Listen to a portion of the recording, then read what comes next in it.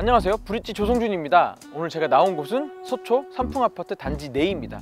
서울고등법원, 교대역, 그리고 사평역을 끼고 있으며 강남 서초의 전통적인 부촌이자 고가 아파트의 대표주자격인 이 아파트에 나온 이유, 바로 얼마 전 초저가 거래 기록이 확인되면서 시장을 발칵 뒤집었기 때문입니다.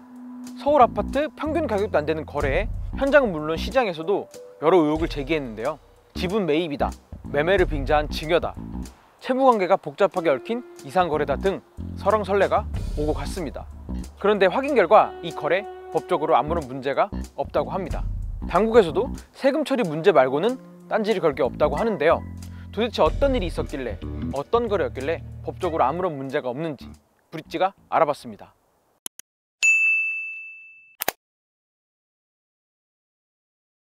결론부터 말씀드리면 이 거래 말이 됩니다. 오프닝부터 뜸을 들였지만 삼풍아파트에서 이뤄진 거래는 교환 매매입니다. 교환 매매는 아파트를 맞교환하는 매매 방식입니다. 현금이 아닌 재산권을 주고받는 계약이죠. 매물이 오가는 것이기 때문에 현금이나 대출 부담이 적습니다. 또 매도와 매수가 동시에 이루어져 당사자들이 의기투합한다면 시간과 비용 모두 아낄 수 있는 방식이죠. 교환하는 아파트의 가격이 다르다면 그 차이만큼만 지불하면 됩니다. 이 교환매매의 개념 기억하신 상태에서 오늘 이야기할 삼풍아파트로 다시 가보겠습니다. 정식 명칭은 아파트를 뺀 삼풍으로 서울 서초구 서초동 1685번지 일원에 있는 총 2390가구 24개 동 규모의 대단지 아파트입니다. 1986년 분양에 88년 7월 입주한 아파트죠. 외인 주택단지를 철거하고 만들어졌으며 붕괴 참사가 있었던 삼풍백화점과 함께 만들어졌습니다. 현재 구백화점 자리에는 대통령의 사저로 유명한 아크로비스타가 들어서 있습니다. 이 단지는 압구정 현대아파트, 방배동 3호 아파트 등과 함께 80년대 만들어진 강남의 전통적인 부촌으로도 이름나 있습니다. 오늘 말씀드리고 있는 거래는 이 삼풍의 전용 130제곱미터 물건입니다. 이 타입 직전 거래는 작년 5월 9일 37억 원에 이루어졌습니다. 논란이 된 이유는 거래 가격 때문입니다. 지난 2월 13일 5억 3,150만 원에 직거래됐습니다. 15% 수준에 불과한 가격에 거래됐으니 내역이 확인되자마자 시장은 난리가 났죠. 당장 이상거래라는 소문이 돌았고 매매를 빙자해 증여하는 방식으로 세금을 줄이려는 행위가 먼저 언급됐습니다.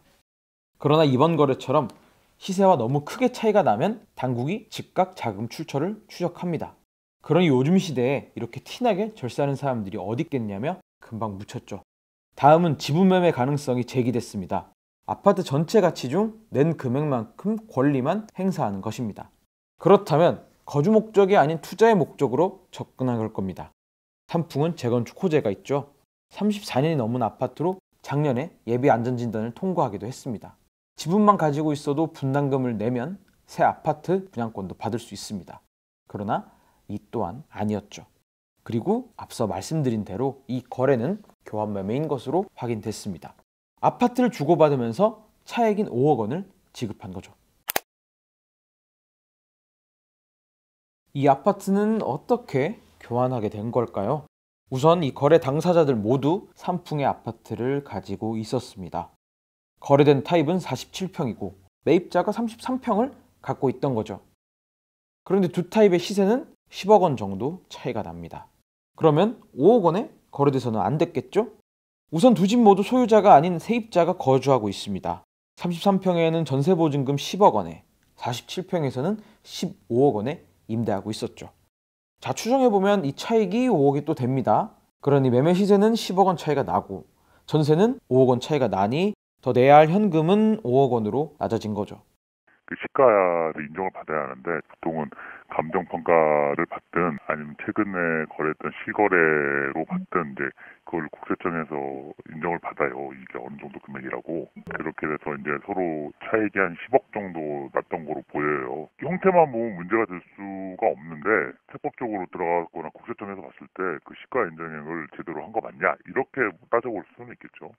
교환매매 자체는 흔한 거래 형태는 아닙니다. 유사한 가치, 딱 맞아떨어지는 가격의 아파트 두 개를 찾기는 어렵죠. 이전에는 절세를 위해서 우회 거래를 이용했습니다. 현재 비규제 지역 일시적 2주택자는 3년 안에 기존 주택을 매도하면 양도세를 내지 않아도 되죠. 규제 지역에 집을 가진 사람이 규제를 받지 않는 지역의 아파트와 교환하고 세금을 내지 않았던 겁니다. 흔한 형태의 거래는 절대 아니죠. 왜냐하면 찾기가 어려우니까 똑같은 물건 자체를. 실제로 교환 매매를 하신다라고 하면은 이제 가격이 맞는지가 가장 중요할 것 같거든요.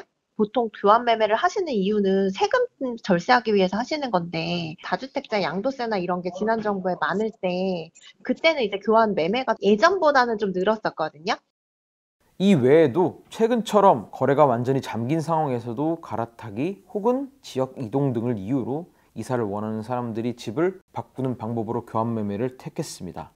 부동산 커뮤니티 등지를 보면 교환을 원한다는 게시글이 보입니다. 그러나 실제 거래로 이어지기는 어렵다고 하는데요. 이유는 간단합니다. 우선 마음이 맞는 사람을 만나야 합니다. 가족이나 친척이 아니라면 상호간 이익이 절묘하게 같아야겠죠. 교환하게 될 집의 가치도 같아야 합니다. 하지만 부동산은 그 가치를 매기기가 쉽지 않죠. 그러니 게시글로 올라온 매매 요청건이 실제 거래로 이어지지 않았을 가능성이 큽니다. 이번 사안처럼 차액이 오가는 경우가 아니라면 신고 등록 의무도 없어서 사례를 찾기도 어렵습니다. 삼풍 아파트에서 이루어진 교환 매매는 이렇게 찾아보기 어려운 거래 케이스인 만큼 순식간에 여러 이야기가 오고 간 것이죠. 그러나 앞서 말한 것처럼 부동산이 오고 가고 가치의 차이를 동산으로 메꿨다면 문제 삼을 건 없습니다. 당사자들은 취득세만 내면 됩니다. 하나 볼 수 있는 건 요즘처럼 거래가 없는 상황에서 이 아파트의 시세를 평가하기가 어렵죠. 감정평가를 받았을 겁니다. 이 평가가 제대로 이루어졌는지, 특히나 가치가 높은 쪽이 과소평가, 낮은 쪽이 과대평가된 건 아닌지를 확인해야 할 겁니다. 요즘처럼 거래가 안 되는 때는 사실 객관적인 가치가 얼마인지 알기가 좀 어려운 부분은 있어요. 그래서 실제 시세보다 좀 낮은 가치의 물건과 좀 높은 가치의 물건이 교환될 수도 있는 거죠. 그렇게 되면 세금 추징이나 이런 것들이 좀 어려울 수가 있기 때문에 그런 문제점들이 생길 수는 있죠. 교환 매매는 특이한 거래 방식이고 성사되기도 어렵습니다. 이 거래 당사자들은 아마 서로의 이해관계가 확실하게 조정이 됐거나 혹은 가족 정도의 내밀한 관계로 추정됩니다. 그렇지 않고서야 이렇게 한쪽이 크게 손해를 볼 수 있는 거래 방식을 택했을 리는 없죠. 그것도 이 삼풍에 사시는 분들이라면 더더욱이요. 업계와 전문가 이야기를 종합해보면 이 거래는 정상적인 거래로 결론이 내려질 겁니다. 현장에 와서 보니 그래요. 이 아파트가 실제로 5억 원에 거래됐다면, 그리고 그 거래에 편법이 이용됐다면 누군가 한 명은 쇠고랑을 차겠구나 하는 느낌을 받았습니다.